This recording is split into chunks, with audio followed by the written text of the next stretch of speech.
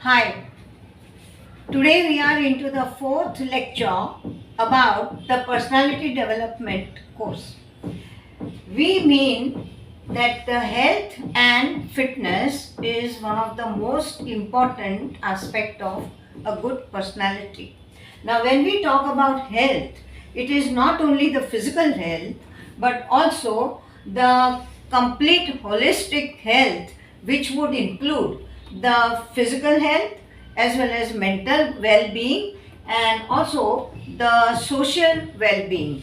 So when we say health, it's not only absence of disease and not only the ability to do our daily jobs, but also we would include the endurance and the strength and our ability to resist the different kinds of diseases and the infections that are all around us.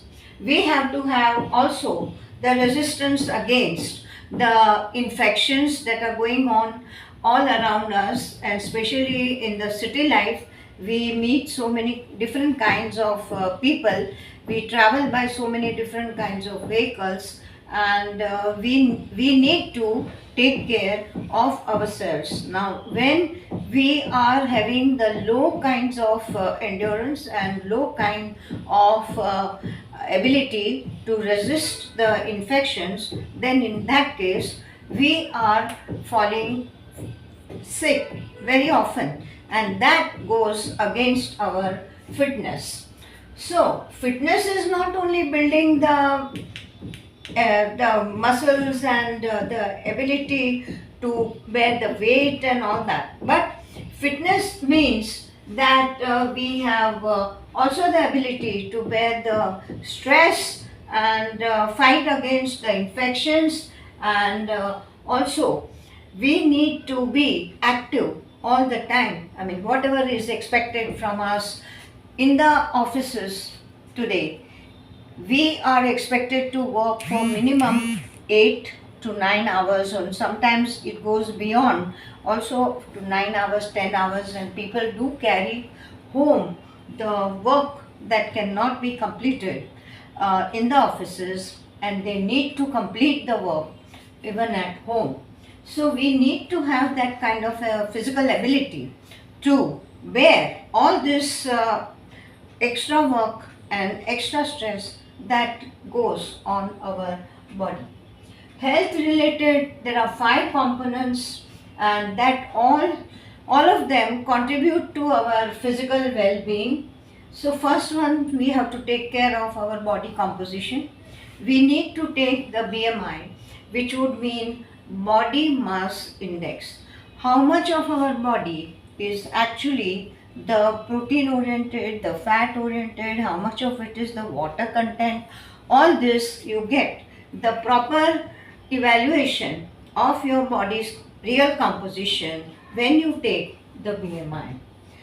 So that is the body composition. Then the flexibility, how agile you are. Are you just comfortable just staying in one place and not being able to move, or not being able to be able to pick up things and do things with your own body and your own abilities? Or you need all the time to give orders to somebody, please bring me a glass of water, or please bring that computer to me, or please see this, that my shoes are kept somewhere, etc., etc. So that means that you are physically not all that agile, you are not all that flexible, and you need somebody's help all the time to do your physical work, and you prefer to just be stationary in one place. So this kind of an ability, this kind of habits, and this kind of restrictions on movements will definitely affect your health. Then your muscular strength, how much of it you can bear with your own muscles. Are you against carrying even your own lunch bag or your own suitcase? If that is the case, then in that case you are very, very weak as far as your muscular strength is concerned. Then there is a muscular endurance. How much of walking can you do? Can you walk continuously for 10 minutes, 15 minutes, or half an hour? How much of strength your legs have? How much of strength your arms have? Can you carry the weight of 2 kilos and climb up the steps for, say, third? If you are staying on the third story, then can you climb up to the third floor with 2 kilos of weight carried by your hand? Or do you have the ability to carry more and climb up even up to the third or fifth floor? So that is your muscular endurance. And then there is respiratory endurance also. Are you getting breathless even if you climb some 1 story or 2 story, or even if you have to run for about 10 to 15 steps and catch the bus or the train? Do you start panting? Do you feel that you are out of breath? Then in that case you have no respiratory endurance at all. So you need to build that up by having regular exercises, regular walks. Maybe you can go jogging or swimming or do some cardiovascular abilities, the exercises which would help you to build up the cardiorespiratory endurance. Exercise is important for health, definitely, it goes without saying. But very many people are very lazy about their exercises. So they don't want to get up in the morning and go for walks, so they don't want to go for regular exercises, kinesthetics exercises. So it is very discouraging for them that they would do any such thing. There are now, we have got the new way of thinking, and maybe you can exercise even while you are working. So there are exercises which you can do. You can even move your legs and move your hands, and also during your lunch breaks you can go for a short walk around your block, or even when you are sitting and doing your work on your desk, you can still be involved in doing some exercises. Now, exercise is so important because it is not only keeping you physically fit, but it also improves your brain health, because your brain is getting more supply of fresh blood when you are exercises, and this fresh supply of blood brings in the fresh nutrition to the brain. Like every other part of your body, your brain also needs regular nutrition, and it needs the fresh supply of blood regularly. So the brain health improves. It also definitely helps to manage your weight, reduces the risk of disease because you develop more of resistance to diseases, and strengthens your bones and muscles, so you look much younger, and you also live longer if you are exercising regularly. Exercise, everyone knows, has lot of benefits, but in spite of knowing that, the very few people who involve in regular exercises, and it definitely makes you more agile, makes you more active, makes you more confident, and therefore you are able to do more in a day than you would otherwise do. As age advances, in the short term, exercise helps to control appetite. You will be surprised that exercises do not make you eat more.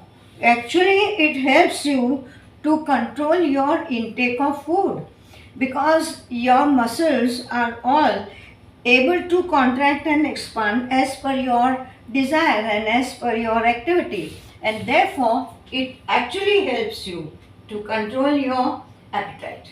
Besides, because of the activity and increased blood circulation. You also have the mood change. You feel more happy, you feel more elated, and more active, even mentally.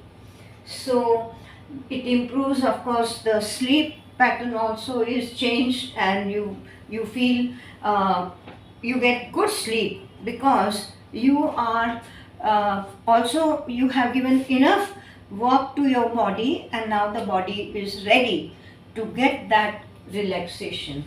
In the long term, it reduces the risk of heart diseases naturally, because you are doing all the regular cardiorespiratory actions, and cardiovascular abilities are improved, and it reduces the also the uh, also the chances of getting stroke and diabetes. If even if diabetes is a genetic uh, disease, but diabetes is also related to stress and your physical activity and your intake of food. So it can be affected by the kind of exercises and kind of nutrition that you have. Then there is dementia. Dementia is the brain thing, and the brain starts becoming slow. It starts losing its ability to remember things, ability to apply things to the regular work, as well as the ability to reason and think. So dementia can also be, if not totally you can eliminate it, it can definitely be put for a longer period of life. You can live with proper brain activity. Then there is depression, because you are so active, so agile, that increases your ability to achieve more, to do more, and that definitely helps you to fight depression. Then there are many different kinds of cancers, and it is said, it is also proved in some cases that cancers can be postponed in life if people are more active and more involved with not only with their mental activities but also with their physical activities. Now the big question is how much exercise you need per day. So everyone has time constraint. Everyone wants to put in maximum time for the productive work. Like they don't mind working half an hour more at the office, but you tell them to do half an hour of exercises, then they feel lazy about it. So they feel exercises are not productive, but that's a wrong kind of thinking, because you need exercise to be able to produce more in your work.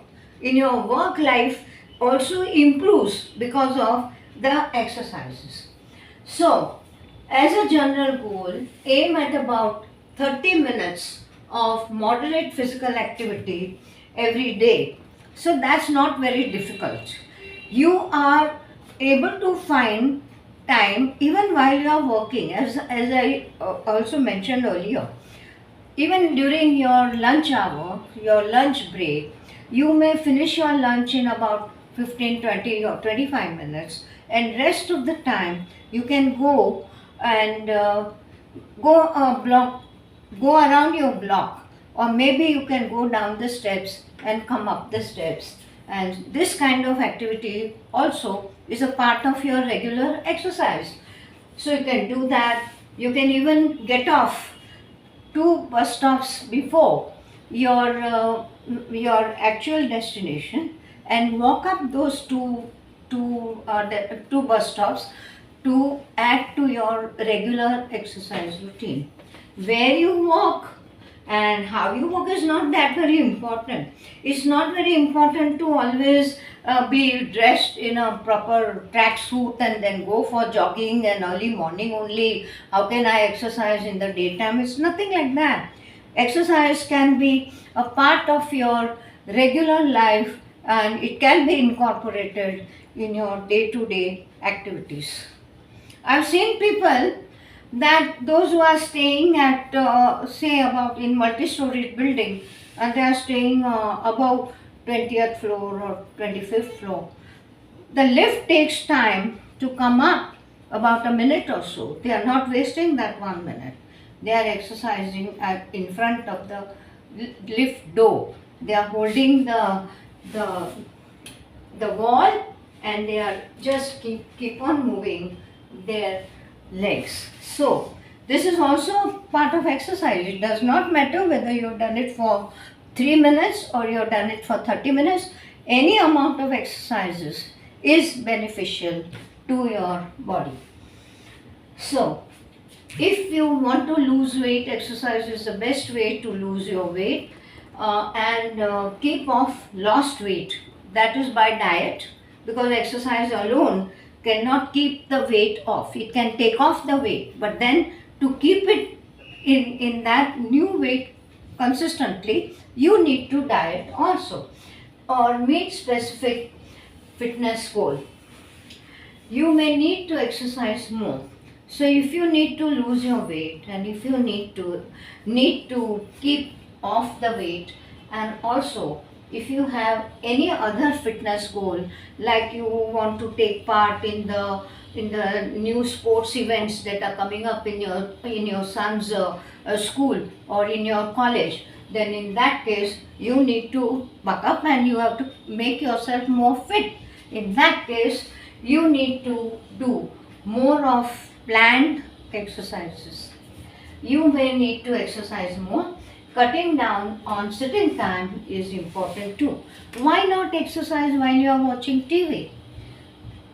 You are surprised, but I will tell you there are people who do that.